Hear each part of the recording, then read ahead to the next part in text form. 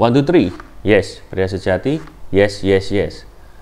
Shalom, selamat pagi Bro and Sis. Kita berjumpa kembali di Coffee Morning with God. Pada pagi hari ini saya akan memberikan renungan yang berjudul Keintiman dengan Tuhan.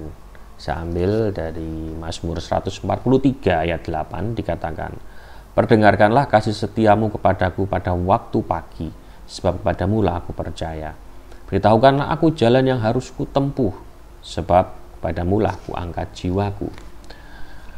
Bro and Sis, terutama para bro, pagi hari ini saya akan menyapa para pria yang sudah mengikuti camp pria sejati Katolik.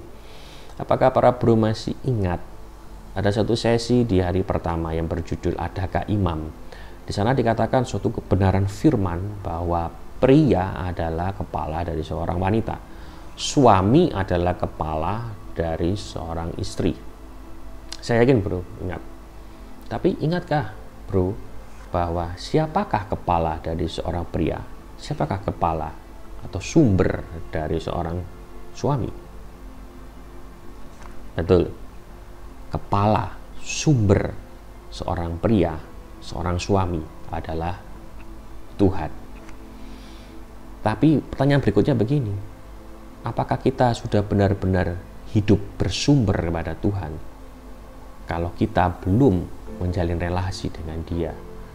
Apakah saat ini kita sudah rutin menjalin relasi dengan berdoa setiap hari, membaca dan merenungkan kitab suci?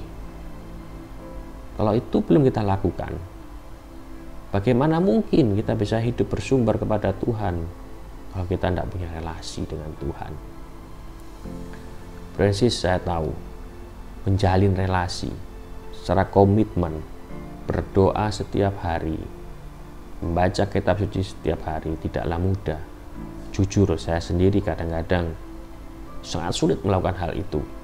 Terutama kita para pria, kita hidup penuh dengan kesibukan, dengan pekerjaan, kadang-kadang dengan pelayanan, bahkan juga dengan berbagai permasalahan keluarga. Itu membuat kita kadang-kadang jauh dari Tuhan.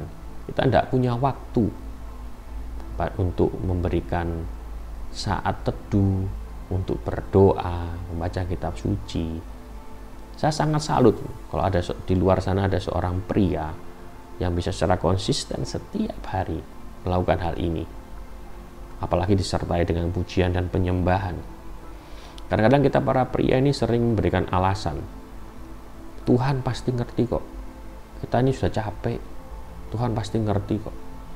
Tapi alasan ini berkali-kali kita lakukan sehingga apa? Kita lama-lama jauh dari Tuhan.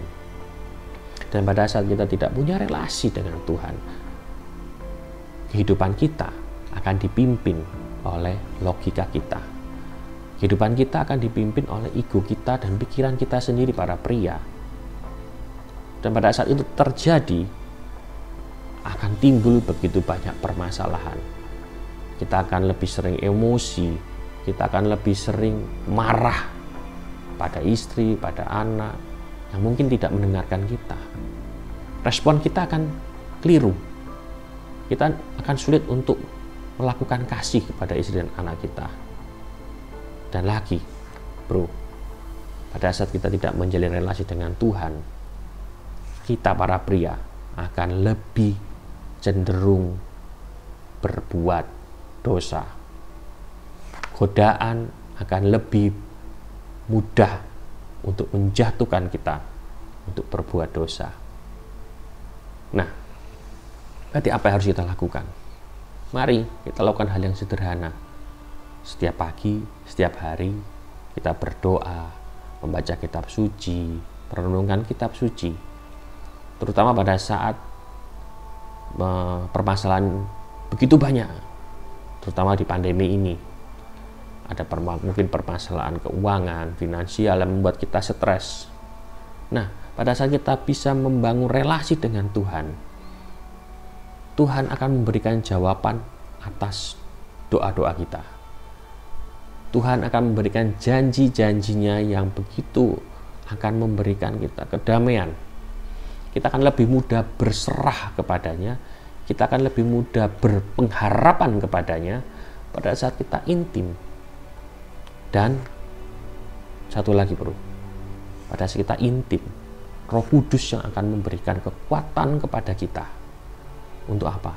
Untuk kita dapat menjalankan kehidupan kita sesuai dengan kehendak Tuhan.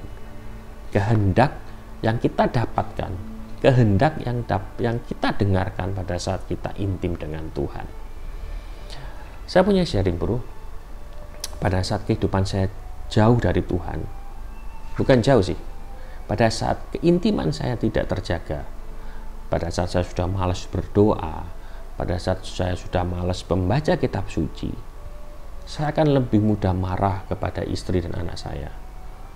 Saya akan lebih cepat tersinggung atas perkataan istri dan anak saya. Apalagi kalau anak saya saat ini semua sudah remaja. Kadang-kadang saya lebih mudah marah karena ini remaja, anak-anak ini kok maunya sendiri sekarang. Lebih sulit untuk dapat mengerti. Itu pada saat saya jauh dari Tuhan. Tapi pada saat saya dekat dengan Tuhan, pada kehidupan doa saya, kehidupan rohani saya terjaga.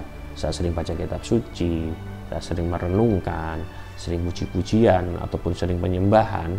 Itu saya merasakan damai.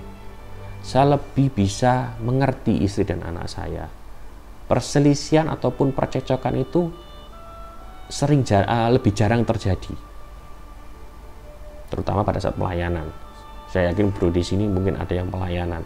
Pada saat kita pelayanan, kita pasti rohani kita, kehidupan doa kita akan lebih sering membaca kitab suci. Pada saat-saat itulah kita akan lebih merasakan kedamaian. Kita merasakan bahwa Tuhan itu benar-benar kasih.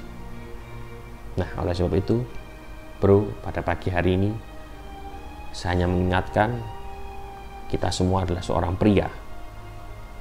Maka jadilah seorang pria yang hidup bersumber kepada Tuhan.